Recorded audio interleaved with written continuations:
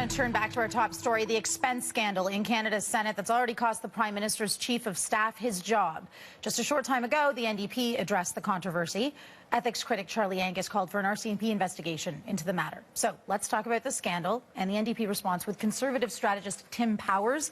He joins us from Ottawa. So what do you make of the NDP asking the RCMP commissioner to investigate this? Well, it seems somewhat redundant, Rashmi, because there is apparently, according to different media reports, an RCMP investigation likely ongoing anyway, and there also is the ethics counselors intervened here. So it's, it's hysterical opposition opportunism, which is natural to try and position themselves on this story. But I think, that comment aside, people do want answers here. People are angry. Canadians are angry. Canadians who vote Conservative are angry, and they do want to get to the bottom of this. Well, the RCMP is looking into the Senate expenses, right? Well, we don't know what they're, in fairness, I don't think we know what they're looking into precisely because they don't comment on investigations, but one would assume all aspects of this might be looked at if they are looking at it. And in fairness, Charlie Angus specifically just moments ago said that he wants the RCMP to look into this $90,000, a personal check written by the Prime Minister's Chief of Staff to Mike Duffy. So what's your reaction on that, looking into this $90,000 and whether there was something wrong with that? Well, I think that's what the ethics commissioner is doing. She responded fairly quickly when this story broke. Mr. Wright has been clear that this was a gift to Mr. Duffy. He believes that no rules were broken, but I think it should be looked into, and the ethics commissioner is doing that, and we'll see if other bodies touch into it. I think there shouldn't be a fight about investigations. It should be a discussion about having an open, transparent letting of what went on here to bring comfort to many Canadians and many people who are angry about this. Well, how would you characterize how the Harper government's been handling it so far? I think reasonably well. I think it's been important that some of the key players in this dilemma have resigned. Personally, I'd like to see Pamela Wallin and Mike Duffy take some more responsibility and step right out of the Senate. I think it's unfortunate Mr. Wright went. He's a good and capable individual. I think he acknowledged he'd made a mistake there.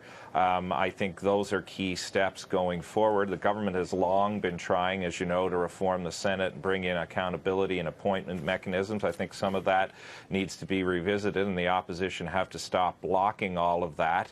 But it really is important to get to the bottom of this. Okay, and what are the optics with Nigel Wright? Because you're saying he's a good and capable individual, and we heard Charlie Angus there saying, well, if I heard he donated 90 grand, to a charity, then fine, you're a good person. But this is to save a senator, essentially, from further investigation. So.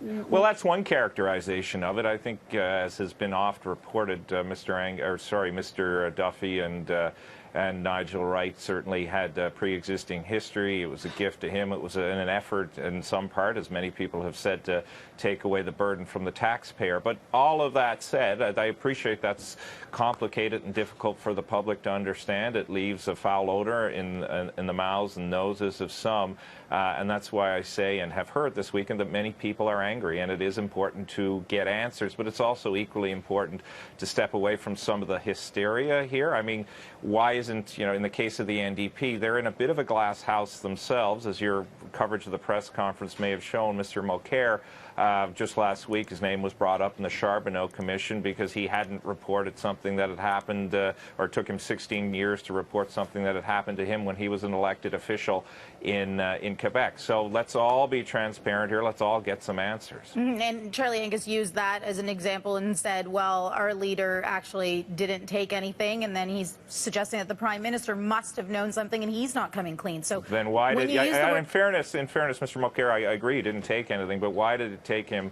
16 years? I mean, I think we can go back and forth on all of this, but the important thing is, in fact, to get answers. I mean, that's fair, but he's not the Prime Minister. So what do you think Stephen Harper needs to do today?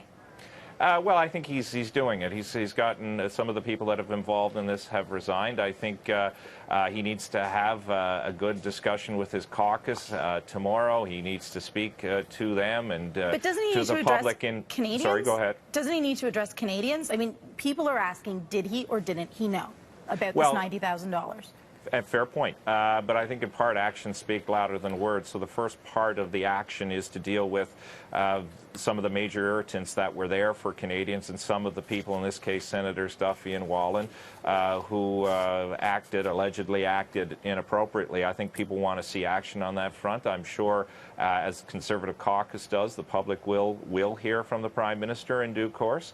But I think it's more important to get rid and fix things and speak as best one can going forward. I appreciate you describing it as hysteria, but how impactful do you think this is going to be on the Prime Minister's last 7 years? It's been a tough week. There's no doubt about that. As I said earlier, that may be the understatement of the day, but I think it's how you respond in these circumstances. And the one thing that this Prime Minister has done has been adept at responding to difficulties that have come his way. I think he, along with many others, was extremely angry when he learned of all of this. He knows how the Conservatives won in 2006, and it was about coming in and having a higher ethical standards and a better approach on accountability. I suspect he will be reminding people that within his own organization that that's what we have to do, and we'll lead from the front. All right, good to have your insight, Tim. Thanks for your time. Thanks, Rajmi. Next time, maybe we can talk about the good senators, the Ottawa ones, and how they won last night. That would be more fun for me. I'm going to cut you off there because I'm a Canucks fan. Tim Powers, live in Ottawa.